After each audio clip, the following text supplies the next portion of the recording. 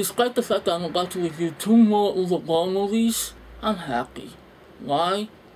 Because they are the last 2 Uwe Boll movies I'll ever have to review in this challenge.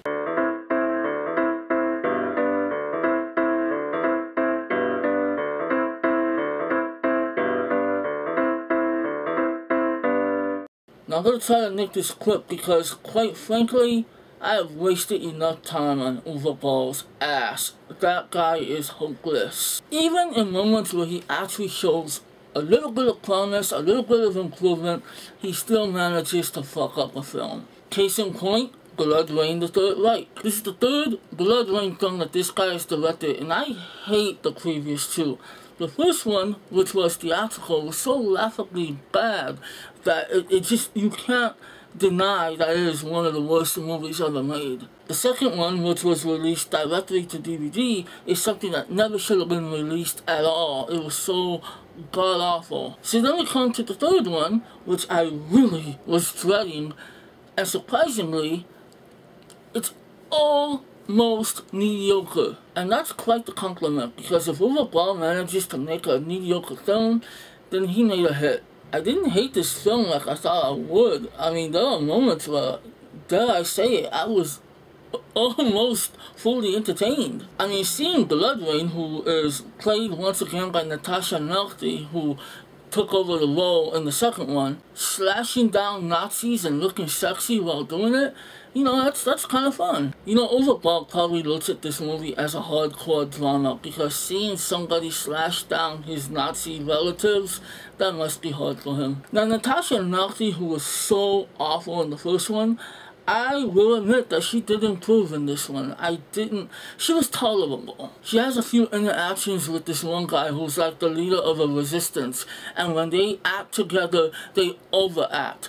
Now, to be honest with you, I will take overacting over horrible acting any day. But you want to talk about bad acting? Let's talk about Michael Pare. Michael Pare, who is American to the fullest, plays a Nazi officer in this film. BloodRayne, who early on in the film attacks him, bites him, but doesn't kill him, and he becomes a powerful zombie. What we call a vampire. The thing is, why is this guy playing a Nazi? And what has this poor actor done in his life to deserve such torture? Why is he in every Uwe Boll film? The one that cracked me up though was Clint Howard, who plays a mad scientist.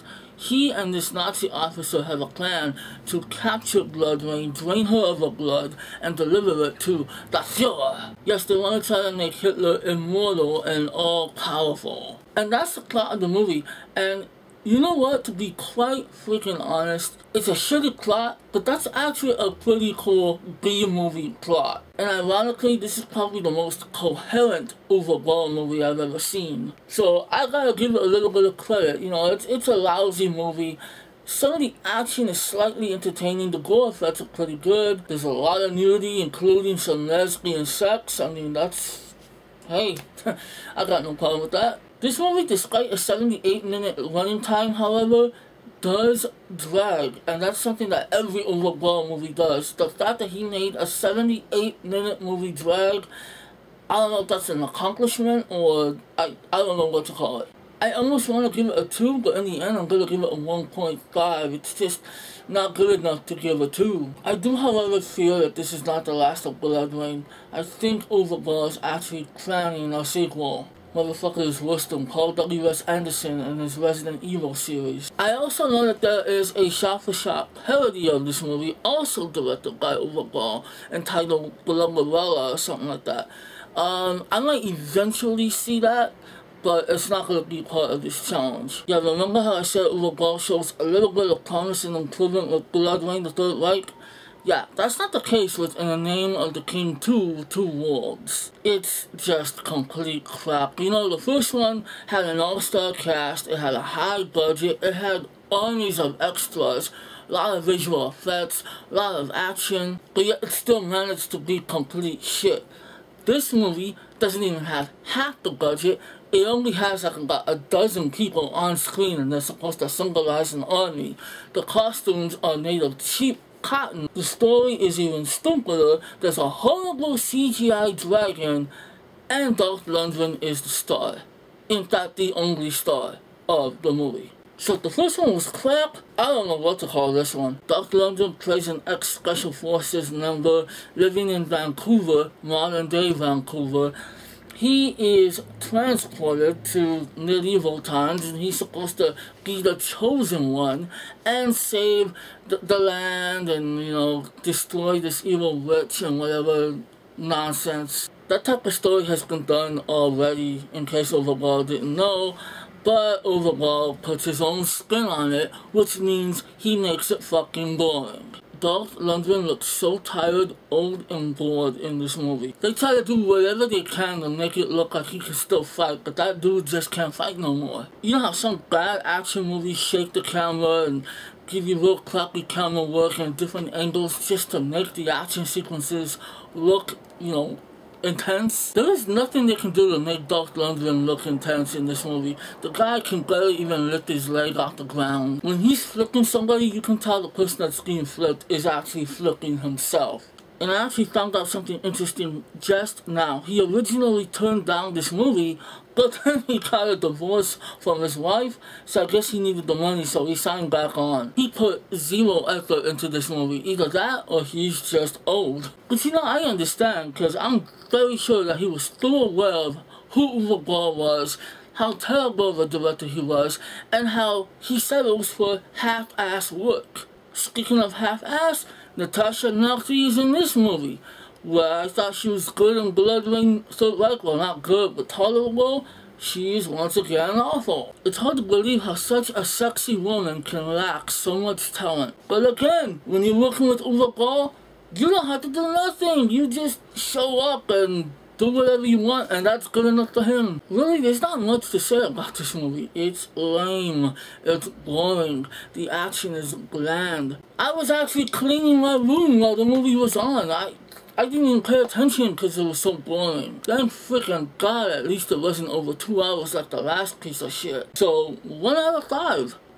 It's terrible. It is clear that Uwe Boll cannot be stopped. He's gonna continue directing no matter what anybody says. He's always gonna find a way to finance his movies. He is gonna continue to put out shitty films. The choice is really up to you, whether or not you want to watch him. I've made some stupid decisions and I've seen his movies. There were a couple of movies that I saw that weren't based off of video games, and they were almost decent. One film he directed was a film called Rampage. No, it's not based off the game that has the giant monkey crushing buildings, but rather it's about a psychopath who goes around killing people in his small town. That was actually a fairly decent movie. It was made terribly, but it was fairly decent and had a pretty shocking story. So I really don't know what Uwe Boll's deal is. It just seems that if he makes anything that's based off a video game, it's gonna suck so much ass. Either way, he's no longer my fucking problem. He's done. If I watch any more Uwe Boll movies, that's on me. When I made this challenge, I knew full well that I would have to continue it and watch his shitty movies, but now it's over. Anything afterwards, you know, I don't know, it'll just be for fun or because I'm drunk or whatever. But right now, all I gotta say to Uwe Boll right now is na na na na na na na na hey hey hey, fuck off. You're done, motherfucker. I am done with you, and I am almost done with this challenge. One more mandatory motherfucker to go. These two were the last two actual films in this challenge, and I didn't want to end it with these two dipshits. So the last one is Mortal Kombat Legacy. You know, the series that came out was a episode series. Then we also have Resident Evil Retribution coming out. I would love to go see that, but I really don't want to pay for it, so I can't promise nothing. If I do review that one, it's gonna be like a plus. But yes, coming to you next week is the final video of this video game movie challenge. It will be Mortal Kombat Legacy, and I'm pretty sure it'll be a whole lot more fun than half of these movies that I've seen on this challenge. So until then, la cha cha cha.